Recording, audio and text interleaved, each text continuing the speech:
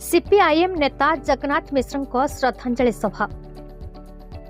गरीब खटिकिया श्रमिक आदिवासी तथा कृषक मानक जदि केही संघर्ष करुथिले से हेउचंती कम्युनिस्ट नेता लढुआ साथी जगन्नाथ मिश्र।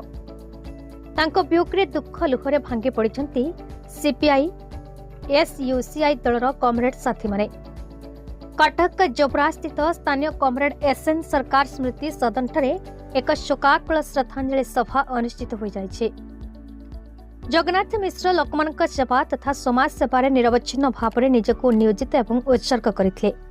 सारा जीवन अविवाहित रही तमाम जीवन समाज सेवारे ब्रती हुई गरीब खटिकिया मानक हृदय अमर होई रहिगले। उक्त श्रद्धांजलि सभारे तांकर लढुआ कर्म नीति आदर्श को मन पकाई साथी रविनारायण मल्लिक, बद्रीनारायण दास, विष्णुचरण बेहेरा, अभय स्वाई, दीपक महापात्र, मनोरंजन महाराणा, विश्वाबसु दास, कुंज बिहारी पंडा प्रमुखों सह सीपीआईएम कर्मी एवं साथी माने अश्लील श्रद्धांजलि अर्पण करथिले।